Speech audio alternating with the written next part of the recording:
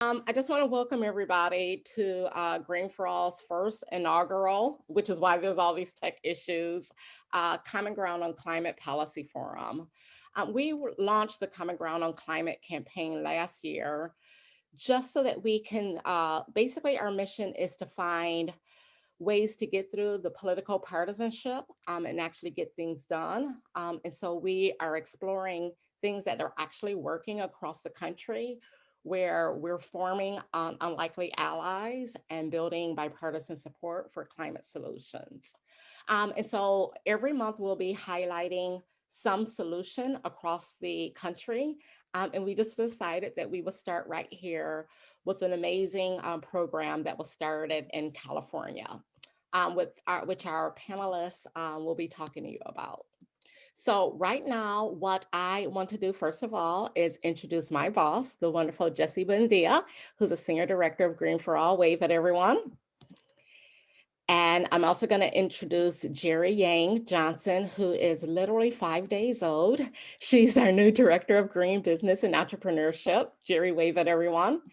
And they're just going to do really quick introductions, and then we're going to move right in to the presenter. So Jessie, can you just give a quick introduction, your role with TCC, how it was founded, how it was funded, and just kind of like the process really quickly. Sure. So Jessie Buendia, originally from Iowa, but hearkening here in Sacramento, where I had the privilege before joining Green for All and Dream Corps of being the acting executive director of the California Strategic Growth Council and then deputy director for the last 3 years. These 3 years were pivotal years for the Transformative Climate Communities program. The program got launched and was put to scale with a number of different investment sites across California. And so I was eager when I first started this job to bring my two worlds together, because I definitely see the Transformative Climate Communities and the work that the Strategic Growth Council is doing as a best practice for the country as a whole, and as very, very worthy of replication across the country. And so I'm eager to introduce Sophie Young and my former colleagues to this national stage. But before that, just want to hand the mic over to Jerry Yang, again, who is coming to us. She has a very deep and personal connection to this work, and I'm excited for her to jump in. Thank you, Jessie, and thank you, Cece. So Jerry Yang Johnson, as Cece mentioned, day 5 on the job as the new director for Green Jobs and Entrepreneurship. And I am in Fresno, California. And as you know, we're pulling this forum together. Really was happy to be able to speak on behalf of my previous experience as the community developer at Wells Fargo, but really because I was one of over 100 steering committee members in launching the Transformative Climate Communities project in Fresno, which was a very thorough and participatory process in which community residents got to really pick the projects that they wanted funded, and really want to share that experience, because I think supporting the coalition work on the ground, resourcing it, and also making sure that it is participatory, that it is resident-based and resident decision-making is so important to the success of this work. And so I hope to be able, I know that many of you will get a chance to hear from Sophie and her team about how a lot of that was rolled out and how it went. And I'm just here as an added resource for all of you. So thank you so much, Cece and Jessie. Thank you, Jerry. You know, one of the reasons why I'm so personally excited about this TCC is Green for All was actually founded at the intersection of racial justice, climate justice, and economic justice. And to me, the TCC program does an amazing job of intermingling the three because we feel like not only should Black and Brown communities be able to breathe clean air and drink clean water. We think that they should also be able to prosper financially. What's the point in being able to breathe clean air and drink clean water if you're broke, right? And so the economic empowerment part of this economic justice is also central to kind of what we do here at Green for All and what we're advocating for at the Common Ground campaign. So with no further ado, I am going to introduce you to our presenter. Sophie Young is a program manager of the Transformative Climate Communities at California Strategic Growth Council. We are going to let Sophie just walk us through the program and how it was implemented. And then after that, we will open it up for about 10, 12 minutes of Q&A. And so even while she's presenting, if you have a question, feel free to just go ahead and drop your question in the chat. If you're anything like me, I think something will pop in your head. And if you wait 10 minutes until she finishes, you may forget what it is. So go ahead and drop your questions or your comments in the chat kind of randomly, and we will go ahead and queue all of those up. And at the end of Sophie's presentations, we'll make sure that she gets your questions, okay? Awesome. Thank you guys so much. And I'm going to turn it over to Sophie right now. Thank you, Cece. And I just wanted to say I'm going to be presenting on behalf of our team who's here. And so we have Jerry, Jennifer, Bo, and Sarah, if you could wave. Just say hi to everyone. You might meet them later in a breakout session. And they also help to pull together a lot of this information. And a special shout out to Jerry, who created the maps that you'll see. And I will start sharing.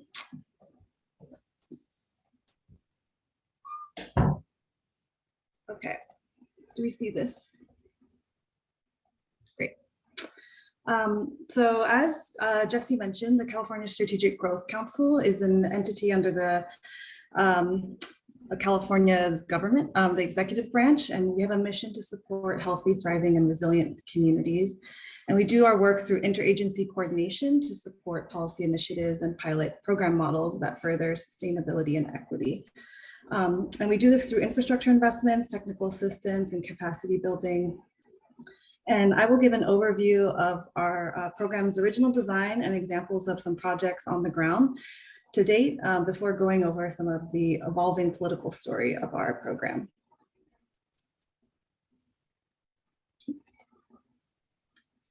So the program was created through legislation in 2016 to fund community-led climate resilient development and infrastructure plans that provide multiple community benefits. And the program vision for transformation is centered on a very place-based approach with a focus on funding neighborhood plans in the most disadvantaged communities in the state. And we recognize that this term disadvantaged overlooks a lot of the assets and existing efforts in communities, and just wanted to note that this is a definition that's used by the California Environmental Protection Agency for one of their mapping tools that defines disadvantaged communities as census tracts with high pollution and socioeconomic burdens to ensure that a certain portion of our greenhouse gas reduction funds go to these disinvested communities. And here are also some excerpts from the original legislation. It directed the council to conduct meaningful engagement with the communities that the program was intended to support and to consider displacement avoidance that may result from the investment, and also called for the council to provide technical assistance at all phases to reduce barriers to participation, which is integrated into our program design today. So with this very large sweeping mandate, TCC today is piloting a model to demonstrate how we can address climate, health, and equity in a holistic way. And we do this through significant investments in community-driven proposals through both implementation and planning grants in the order of $10 to $66.5 million for implementation and $100 to $200,000 for planning grants. And the program is structured to provide existing residents and stakeholders with the tools and resources that they need to drive the change. And the program is carried out through strong partnerships locally, which we'll get into, and then also with the state. So to date, the program has invested over $230 million in 26 communities across the state. And we administer this program in partnership with the California Department of Conservation. And the program was originally funded by cap and trade auction proceeds, and is now, in the next 3 years, will be funded through the general fund. So here's an image of what an awarded project looks like in a neighborhood. This is actually from our round one grantee, the City of Ontario.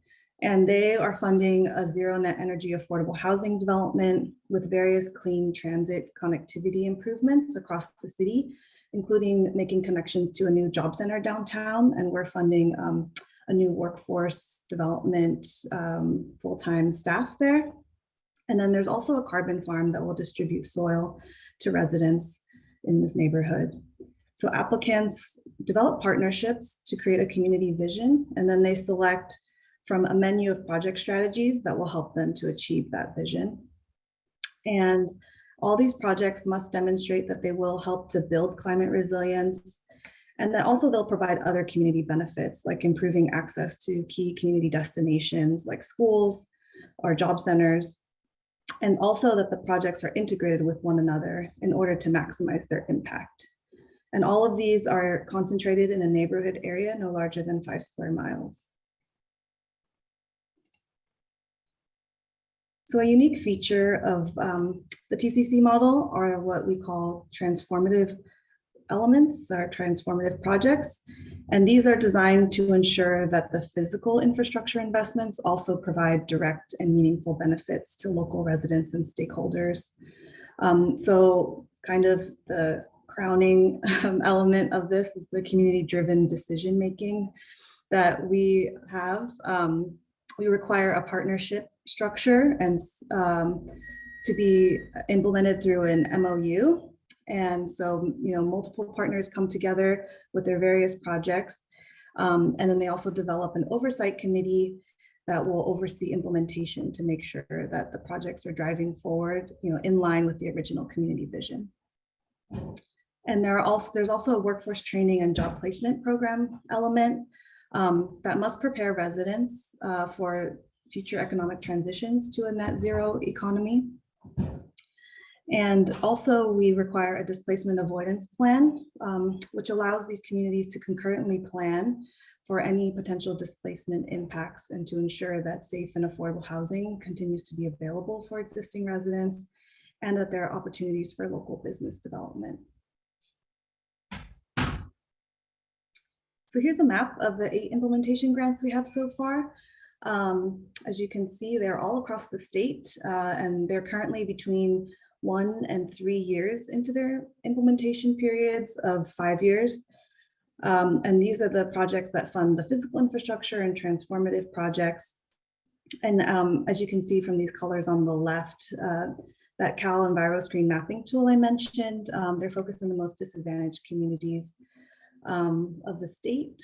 And on the right are some images from community garden, bike education and outreach projects in a couple of our grants, one in the Watts neighborhood in LA, and then also in the City of Ontario.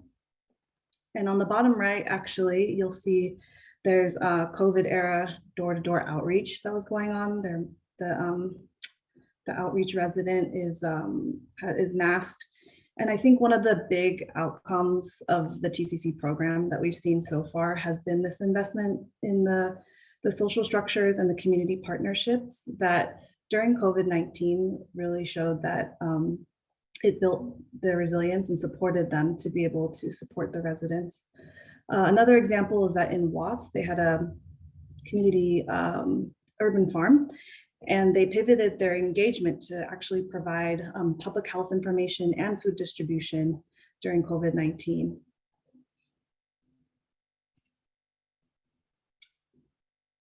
So here's an image of the map of the 18 planning grants across the state. You can see there's also a lot of geographic variety and a bit more, with more in the Central Valley and also the Inland Empire. which is, for those of you who are not familiar, it's east of the Los Angeles area. And those smaller, they're between $100,000 and $200,000. They've been very critical to supporting historic partnership development between entities that haven't really sat at the table together to do this community planning. And we've seen has built, trust between community groups and local governments in doing this co-planning. So on the right is an image. It's actually from our one of our implementation grants in Watts, but I think it represents the process that we are supporting. And 3 of our planning grantees in Oakland, Stockton, and Riverside are now implementation grantees and implementing those plans that they developed through their planning grants.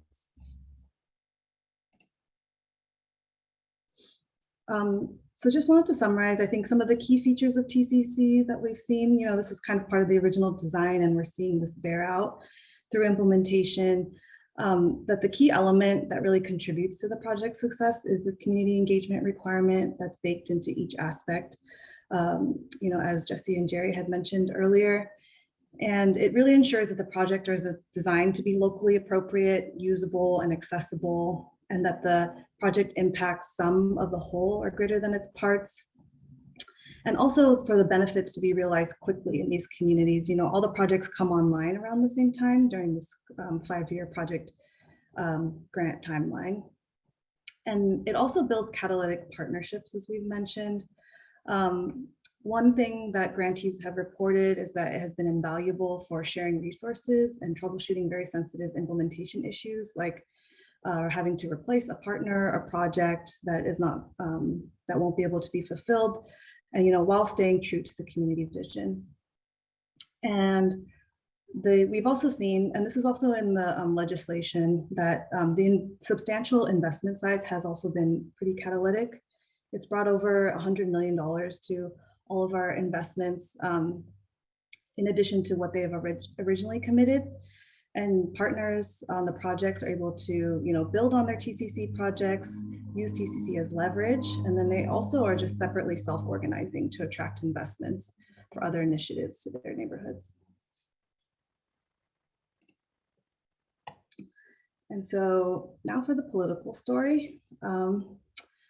The original bill, was co-sponsored by a couple large environmental justice organizations in California, and was conceived as such, and was sponsored by a Democratic Assembly member, and really voted largely along party lines. I looked into the voting record, only 1 Republican Assembly member voted for this bill.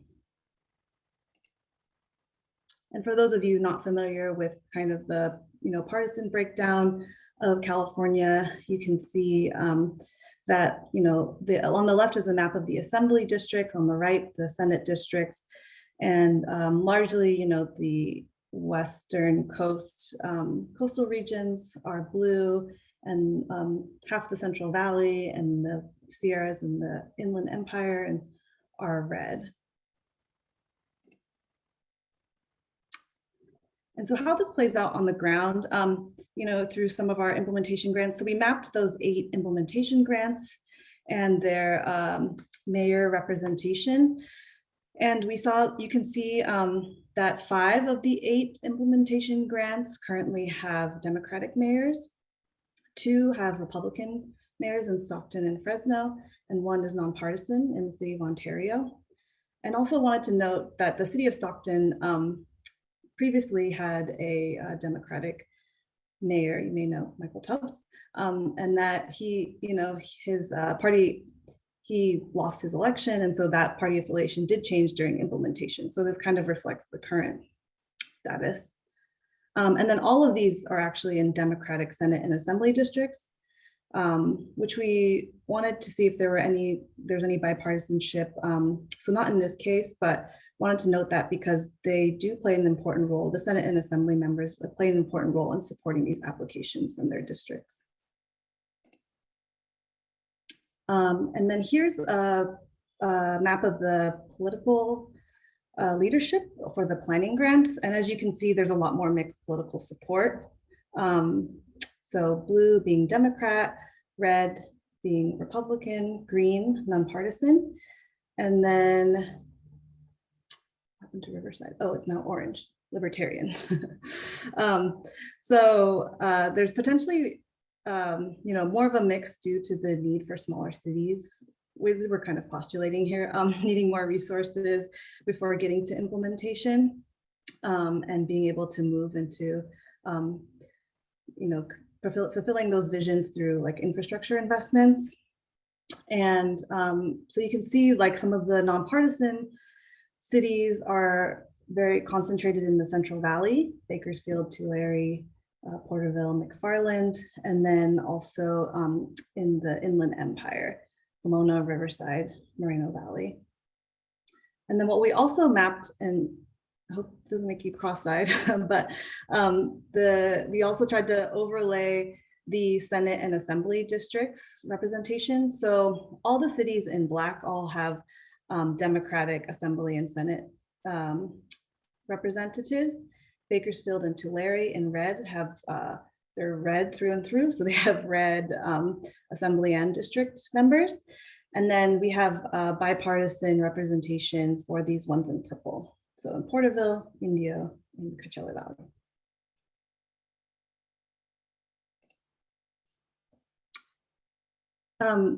So I wanted to talk a bit about, why potentially we're seeing some of this kind of more mixed representation in the planning grants, and especially in these areas that are smaller. They're not like large urban centers, maybe they're small towns. TCC, I think, is often perceived as an urban program due to its place-based focus on infill. But we're finding that there are several project types and parts of the model that translate really well to sustainable development efforts in rural and tribal contexts as well. We're seeing interest in some of these planning grants for EV car shares or van pools, regional transit, energy independence. So we added a new strategy to fund microgrids this round. And there's a common need for parks and recreation centers for kids to play at. And also we added a new strategy for indoor air filtration, which addresses the air quality issues both in urban industrial areas, but also, in areas with wildfire risk in California. And we're also seeing a lot of interest in workforce development for a net zero economy. So some projects that we're funding in Stockton, in electric vehicle bus maintenance mechanic program, solar installations, and of course, construction, which are very transferable skills.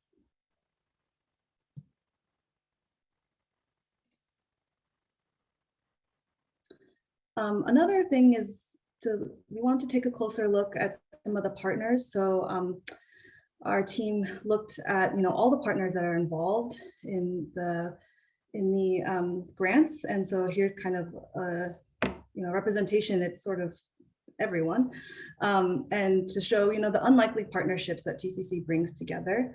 So we have across our grants, religious institutions, schools and school districts, several business councils and chambers of commerce, community-based organizations, health organizations, and of course the local government agencies overseeing transportation, housing, and economic development.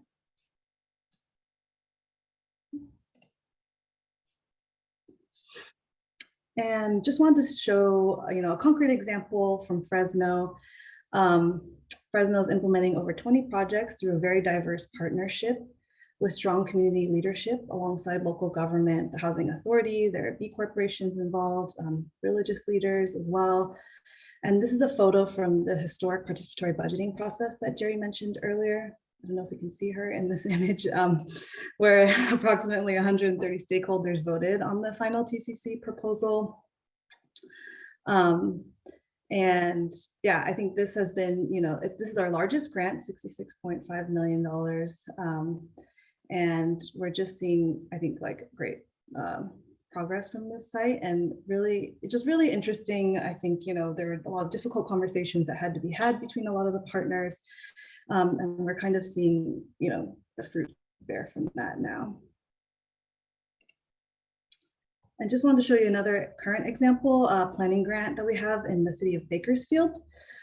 Also bringing unlikely partners to the same table, as mentioned in some of our other planning grants in the cities of Oakland, Stockton, and Riverside, they underwent historic community planning process where the city and the community groups were together for the first time at the same table to do co-planning, to create a community vision, to prepare for implementation.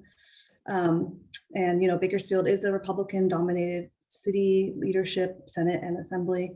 And the city is partnered with an advocacy organization that is often, counter to the city to conduct the community outreach. They sort of tapped into their community organizing capacity to be able to fulfill this part.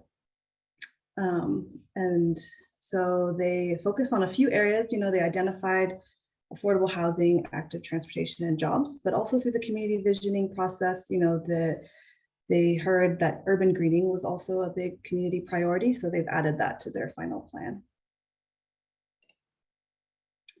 So I think this is in the toolkit, and I think this is kind of an example of where we are during implementation today. I think due to the success of implementation, the cities that have gotten grants have voiced support for the program, that was initially backed by Democrats and environmental justice advocates. And I just wanted to pull out a few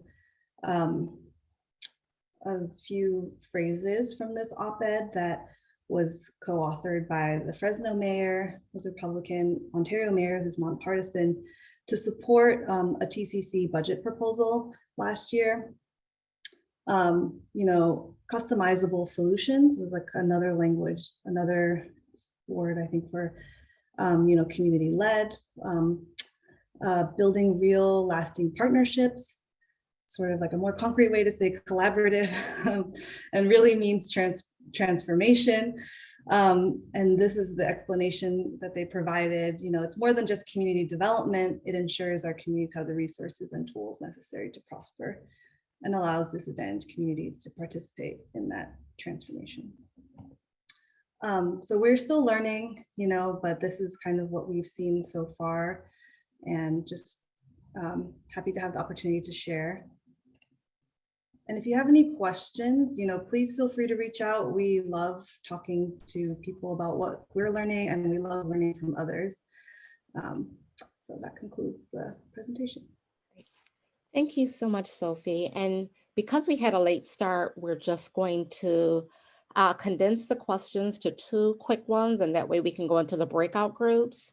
The breakout groups is for you to kind of like ask experts from SDG kind of like implementation questions, like how was it implemented and how it could be replicated in your communities. So we'll get 2 questions here, but of course there'll be opportunities to ask questions in a breakout room right afterwards. Sounds good, everybody? Okay, so the first question was, do TCC funds allow for land purchases?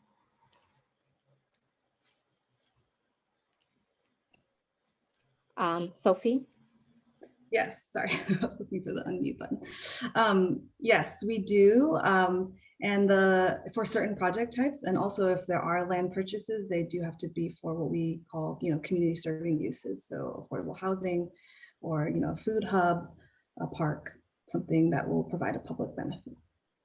Okay. And the second question is, as we all know, is happening across the country. Once community improvements start being made, then gentrification comes, right? What did TCC do to protect existing housing of existing residents through this process? Yeah, that's a great question. So, as part of our projects, we do fund a displacement avoidance plan.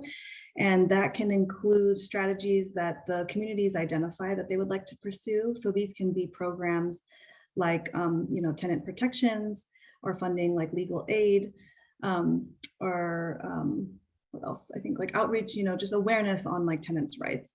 Also funding affordable housing development, or funding any other kinds of like policy initiatives that can help to preserve affordable housing. So we have like this long list in our appendix of potential policies, and then the sites implement those. So they're doing that, alongside these improvements. Amazing. And I'm going to turn it over to Molly, who's going to lead us into the breakout groups. Thank you so much, Sophie. Thank you so much, Sophie, and thanks, Cece, and thank you, Jesse and Jerry. And I've told my team, I feel like from the Green for All side, I've learned so much about TCC in the last few weeks, and I'm just so excited that we've all gotten to learn together. So my name is Molly, I use she, her pronouns. I run our dialogues program here at Green for All. And something we're really excited about, I recognize a bunch of the names and some faces on this call, and I know we have folks actually calling in from all over the country. We know TCC is California specific, but something we're really excited about is thinking about what can I learn from this policy and this program and bring it to my own community. So in just about 1 minute, we're going to head into a 10-minute breakout where you'll be with somebody from Green for All as well as somebody from SGC. And we'd love to just hear who you are. So take a second, introduce yourselves, get your voice into the space.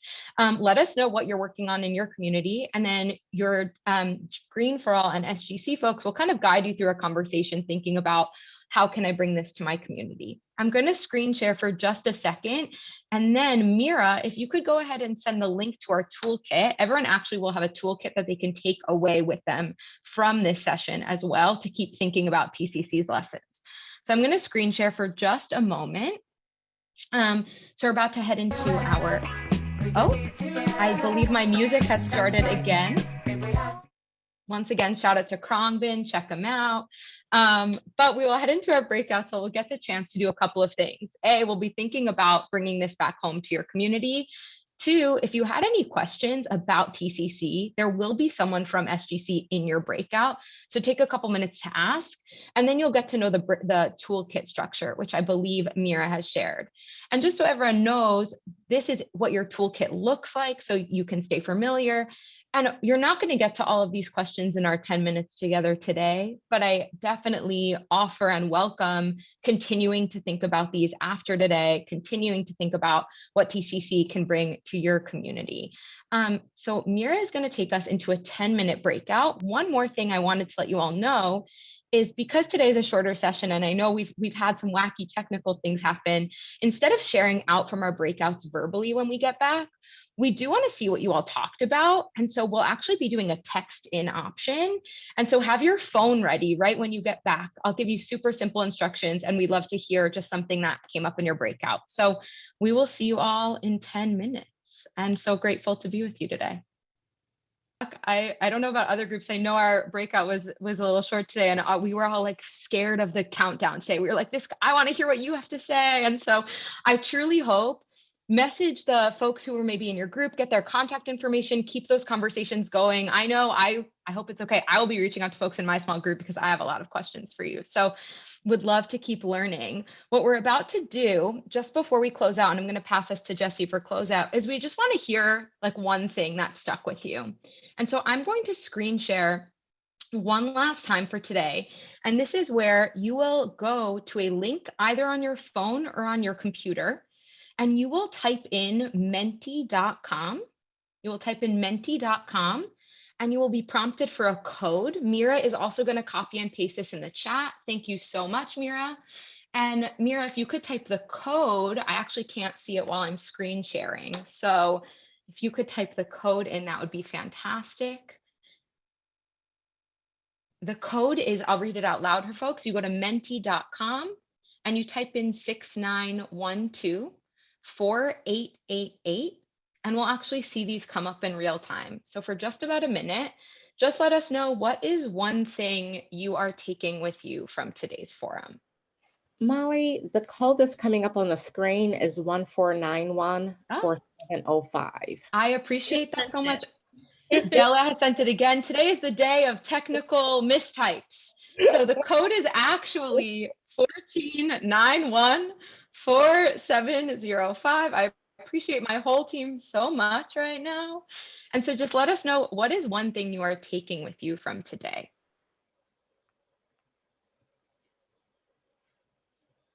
Teamwork. I love that. That definitely came up in our small group as well. Community coordination. We are all in this together. Oh, a huge one, the importance of collaborations and partnerships. Diversity of projects. I love these words, connection and coordination, coming up again. excellent models for collaboration, bringing these back to my community. Okay, collaboration. I love how much this is coming up right now. Well, thank you all so much. If you go ahead and keep sending those in, we will get those. And I'm glad that that's what resonated. Before I pass to Jesse, I just want to let you know there's one more link. Oh, and something else came up that they found that in their small group, there were a lot of interest in regional climate collaborations. It's a good thing to know. Before I'm going to pass it to Jesse just now, but there is going to be a link in your chat. Mira is going to send a survey. We'd love to know how you want to stay involved and connected to us. So please take that survey. And Jesse, I'll pass it to you. You're on mute. I'll just end with thanking all of you for coming today. And, for Green for All, we're very excited in 2022 to not only be launching the Common Ground campaign, but also 3 other important avenues for our work: federal advocacy around Build Back Better, as well as legislation that specifically creates economic inclusion opportunities for communities of color across the country. We're also eager to launch our Green Jobs and Entrepreneurship program, which Jerry will be leading, who's been on our call today. And then, of course, really building up these public forums, which Molly is really at the helm of, in engaging and having two-way conversations with the people across the country who we want to hear the most from and who we want to lift up all the amazing work and great ideas and energy that you bring to really the climate movement as a whole. And so thank you all so much for coming today, and please stay connected with us. Awesome. Thank you all. And just one last thing, there are emails in the chat. Feel free to grab those. For Common Ground, you can reach out to Ivana. And for Dialogues and Partnerships, my email is there. Thanks all.